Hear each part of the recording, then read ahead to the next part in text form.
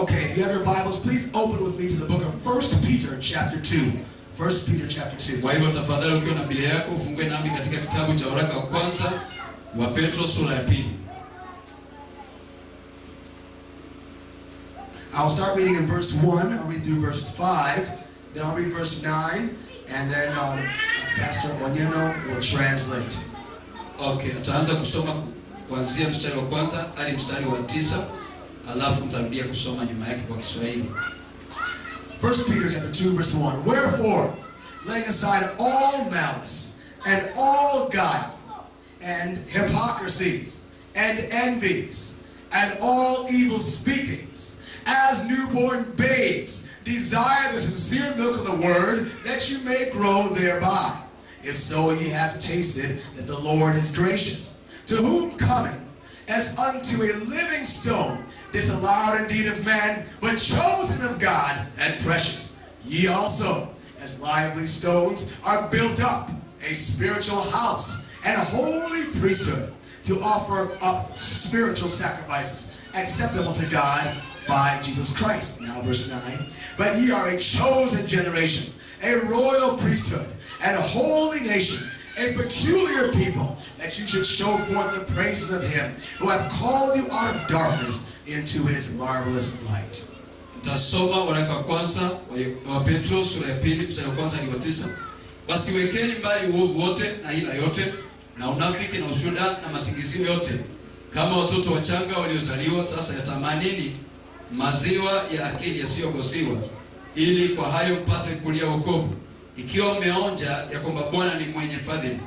Mwendee yeye, jiwe lililo hai, lililokataliwa na wanadamu, bali kwa Mungu ni teule, lenye heshima. Ninyi nanyi kama mawe yaliyo hai, mmejengwa mwe nyumba ya roho, ukuhani mtakatifu, mtoe dhabihu za roho zinazokubaliwa na Mungu kwa njia ya Yesu Kristo. Taruka mpaka mstari wa 9.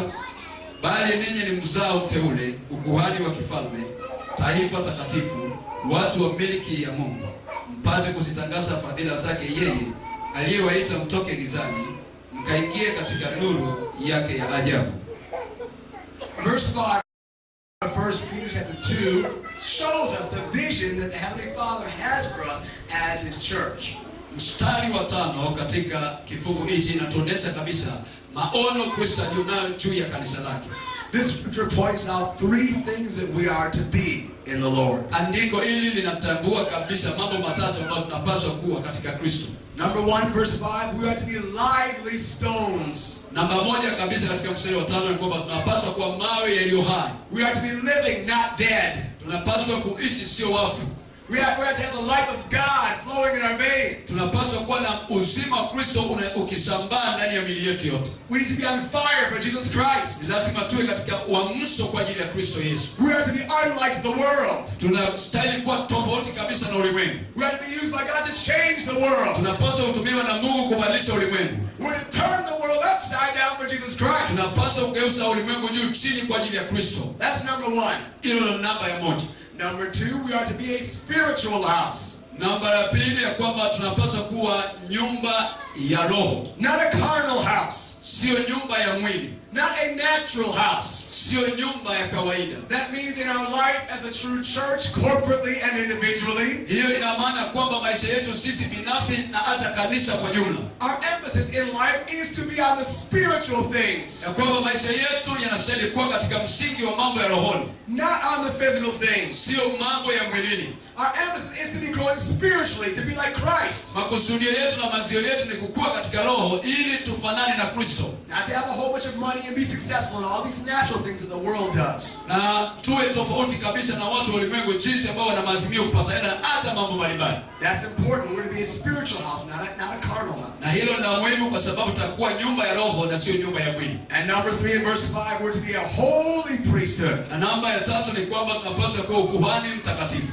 Not an unholy priesthood. Sio ukuhani usio mtakatifu. In 1 Kings there were 2 types of priesthood. Katika mfalme wa kwanza walikuwa na aina mbili ya makuhani. We see Elijah was a holy priest unto God. Unaona Elia alikuwa kuhani mtakatifu wa Mungu. But Ahab and Jezebel had unholy prophets of Baal and priests of Baal. Na Ahabu na hata Yezebeli walikuwa ni watu ambao walitumika mbele za Mungu katika uchafu, hawakuwa watakatifu. And God sent his holy fire from heaven and burned them up. Na Mungu alituma ghadhabu yake kwa moto akawaangamisha. And if we're unholy, God will send his holy fire from heaven and burn us up. Na tusipokuwa watakatifu, Mungu atatuma moto wake kutoka mbinguni kutuangamisha. You see, if we're going to be used by the Lord to take Mbeya for Jesus, Unaona, ikiwa tutatumiwa na Mungu kuchukua Mbeya kwa ajili ya Kristo, we have to be holy people. ni lazima kwanza tuwe watakatifu. We can't have sin in our midst and sin in our lives. Hatuwezi kuishi na dhambi. How can we get them out of sin if there's sin in our lives? Hatuwezi kutoa wale wanaishi katika dhambi nje ya dhambi ikiwa sisi bado tunaishi katika dhambi. See, there's not much preaching of holiness in the church anymore.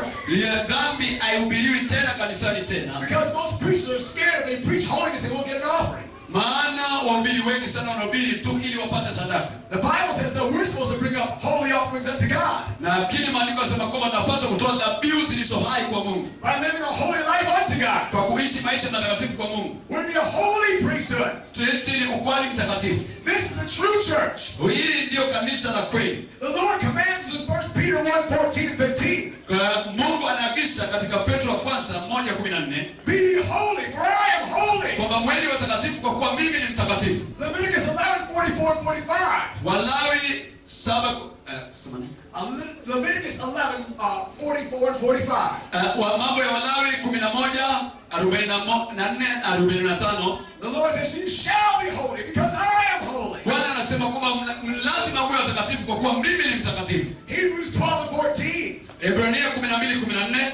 Without holiness, no man shall see the Lord. Bila utakatifu hakuna atakayemwona Mungu. So in order to even be a Christian, we must be holy and free from sin. Kwa hivyo ili tufanyike Wakristo kabisa waliokoka, lazima tuwe watakatifu na tuwe huru mbali na dhambi. In order to be part of Christ's true church, we must be holy as he is and free from sin in him. Ili uwe sehemu ya kanisa takatifu la Yesu Kristo, lazima uishi maisha bila dhambi. You and I can go to a building with stone all day, but if there's sin in our heart, we're not part of the true church. Mara nyingi sana sisi tumeingia katika kanisa ambalo limejengwa na mawe kama ilivyo sasa, lakini dhambi imekuwa tatizo kuondoka katika maisha yetu.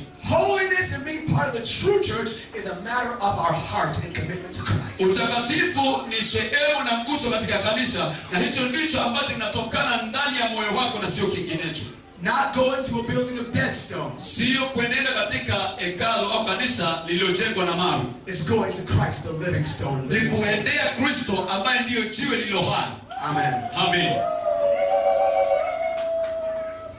Okay, these are three things that are required of us as the true church in Jesus. Kwa hivyo hizo ni mambo matatu, ama hayo ni mambo matatu ambayo yanahitajika tuyafanye sisi kama kanisa la Kristo. But turn back to verse 1 of the chapter to see what we must do before we can be this spiritual house. Hebu turejee kwanza basi katika mstari wa kwanza ili tuone kabla tujajenga nyumba ya roho tufanye nini.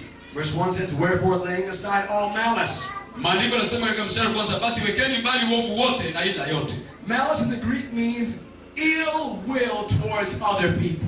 Uovu katika Kigiriki ama kwa lugha ya Kigiriki inasema kwamba kuwa na nia mbaya na watu. If sisters in the church are jealous at one another because one got to sing their song and another didn't, that's not the true church.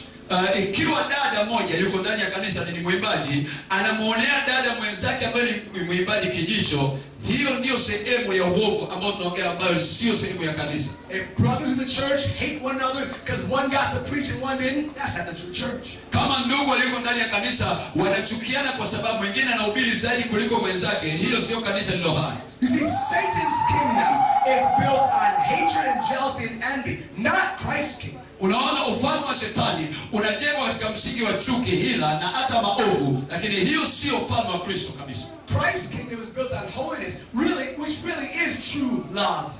Kristo alikuja ili ajenge ufalme wa utakatifu ambao unatokana na upendo.